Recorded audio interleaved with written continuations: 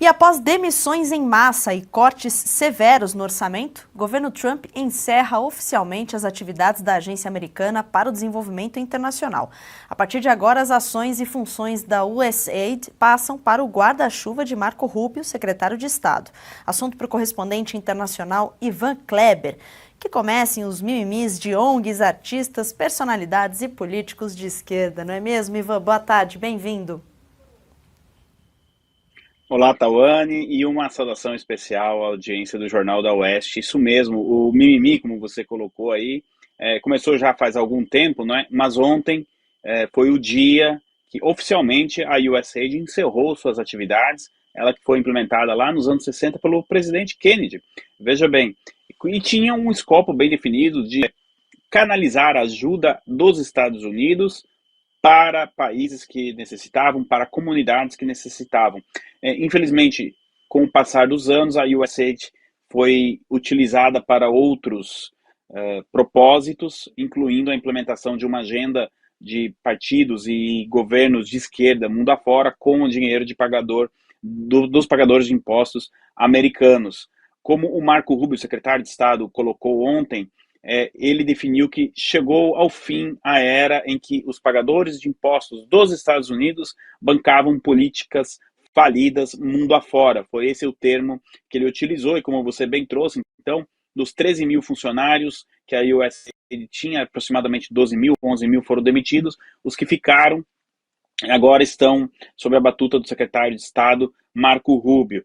Agora, essa questão da USAID também trouxe aí, como você disse, o mimimi, o cantor Bono Vox, da banda U2, aqui pertinho, meu vizinho da Irlanda, ele não gostou nada, ele teve recentemente um podcast do Joe Rogan, o maior podcast do mundo, falando sobre o assunto, trouxe números ali que foram checados, né, que isso traria aproximadamente a morte de milhões de pessoas por conta do USAID, depois checaram os números, não era bem assim.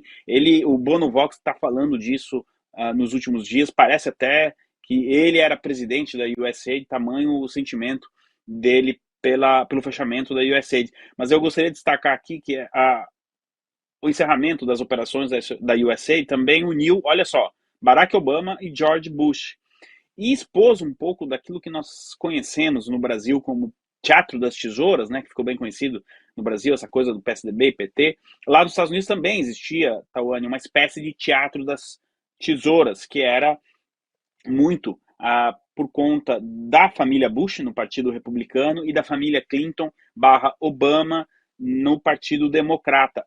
Mas a USAID era um brinquedinho que não se tocava. Entrava presidente, saía presidente e não se mexia naquilo ali. A campanha de Donald Trump em 2024 prometeu abrir, digamos assim, a caixa de ferramentas da USAID, cumprindo a promessa. Não é uma operação que se encerra da noite para o dia. Lá em janeiro ficou definido, então, entre o dia 30 de junho e 1º de julho, ela encerraria as atividades e cumprindo a promessa de campanha. Então, assim foi feito, Tawane. Ivan, vou acionar os nossos comentaristas por aqui. Jorge Serrão, começo com você. O Trump chegou a anunciar que haveria esse congelamento de gastos com assistência. A ideia é buscar um modelo enxuto e com parcerias comerciais que tenham retorno e não somente assistência. O Marco Rubio chegou a dizer que os objetivos não foram alcançados e o sentimento anti-americano só cresceu. As falas do Marco Rubio. Serrão. Secou-se a fonte da USAID, também conhecida por aqui no Brasil como USAID. E agora, como ficarão as investigações sobre o que se fez essa agência com a grana e, sobretudo, para nós brasileiros, o que interessa muito, a parceria que ela teve com o Tribunal Superior Eleitoral na eleição brasileira passada, inclusive produzindo um livro e uma tese que está sendo utilizada agora sobre desinformação. Serrão, as investigações continuam. O pagador de imposto americano, como o Marco Rubio fala, ele quer saber onde foi, né, o dinheiro do seu imposto. Isso aqui é só uma etapa, né, do que foi prometido. Ou seja, vamos encerrar a USAID, mas isso não significa que as auditorias, os controles, para onde foi esse dinheiro, não vai ser investigado. Pelo contrário, agora até fica mais fácil. Você vai concordar comigo que as operações, entre aspas, congeladas, né, a bola está parada, fica mais fácil do VAR analisar, trazendo uma analogia para o futebol aí, né, aonde foi gasto o dinheiro. O que acredita-se é que parte desse dinheiro era utilizado para promover políticas e candidatos de esquerda em determinados países. É isso que agora a administração Trump precisa investigar e trazer os fatos, os fatos a público, para que as pessoas saibam de fato, porque muitos eleitores do Trump, Serrão, ainda eram favoráveis à manutenção da USAID, porque ela nasceu justamente com um propósito de fazer o bem para as pessoas, né? Então, quem não acompanha a política diariamente e pega só a notícia do encerramento da USAID diz por que o Trump está fazendo isso. Agora, então, é preciso fazer essa investigação, trazer os dados, as apurações, enfim, a público.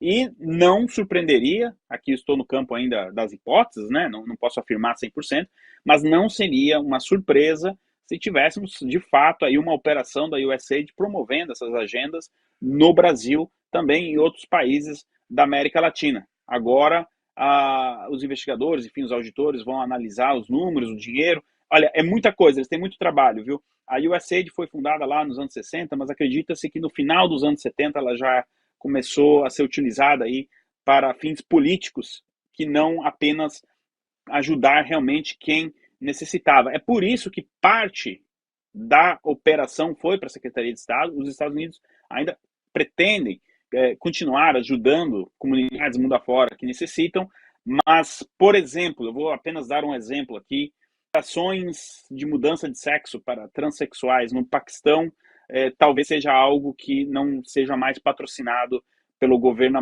americano. E eu devolvo com você, Tawane. Doutora Kátia, tem um dado interessante que eu peguei aqui da foreignassistance.gov, que 20,6 milhões de dólares foram repassados para projetos no Brasil no ano de 2024, ano fiscal. Isso é cerca de 118 milhões de reais, doutora. Pois é, que seja tudo investigado. Boa tarde, Ivan. E facilitando as investigações do Trump, nós tivemos uma confissão bem recente de Luiz Roberto Barroso de que no ano de 2021, quando ele estava à frente do nosso TSE, Tribunal Superior Eleitoral, ele teria recorrido ao governo americano, certamente a valores da USAID, com receio da instauração de uma ditadura por parte de Bolsonaro no Brasil. Bom, é uma confissão bastante grave. Hoje nós sabemos, inclusive, o custo das liberdades nossas e de liberdades de indivíduos e empresas norte-americanas. E aí, Ivan, em que pé está o andamento da perspectiva de sanções a essas figuras, em particular a essas figuras togadas que têm afetado tanto as liberdades, não só no Brasil como no exterior? A doutora Kátia, olha só, aparentemente quem fez uma foi o ex-presidente americano Donald Trump, que definiu o fechamento da USAID como um erro catastrófico. Deixando o Barack Obama um pouquinho de lado, era Joe Biden o presidente dos Estados Unidos em 2021, não é? E a que ponto anda essa questão toda? São vários pontos, não é só um ponto. Nós temos a questão do Felipe Martins, ex-assessor de presidente, né, do presidente Jair Bolsonaro. Essa questão está sendo investigada. Nós temos com o congressista do Partido Republicano, Jim Jordan, que é o presidente da Comissão de Justiça dos Estados Unidos, a investigação do que ficou conhecido como o Twitter Files, né, o Twitter Gate. E, recentemente, nós tivemos uma aproximação ali, o Mark Zuckerberg, da Meta, disse que estava disposto a colaborar com esta comissão. O Jim Jordan está fazendo um trabalho muito bom à frente desta comissão e a gente pode descobrir muita coisa ali relacionada à censura também. Nós temos essa questão do Rumble, Alexandre de Moraes, enfim, são vários os pontos. Um deles vai chegar por primeiro. A gente está na expectativa que tenhamos novidades antes do recesso, tanto na Europa quanto nos Estados Unidos. Vale lembrar que o recesso do Congresso americano, ao contrário do brasileiro, é mais para o final de julho, começo de agosto, que agosto é uma espécie de janeiro, né, das férias na Europa, nos Estados Unidos. Então, dentro do mês de julho, muito provavelmente a gente vai ter alguma atualização nesse sentido, doutora Kátia. Eu sei que as pessoas estão ansiosas por informações, por atualizações, para o bem ou para o mal, enfim, seja lá qual for a decisão do governo americano, Lembrando que algumas das decisões serão tomadas, mas os personagens não vão saber, né? Talvez o dia que eles resolvam viajar para os Estados Unidos, enfim, talvez eles fiquem sabendo que não possam entrar nos Estados Unidos. Mas são várias as pontas aí que estão sendo investigadas, e agora, com certeza, essa questão da USAID é mais uma entre elas. Eu devolvo com você, Tawane.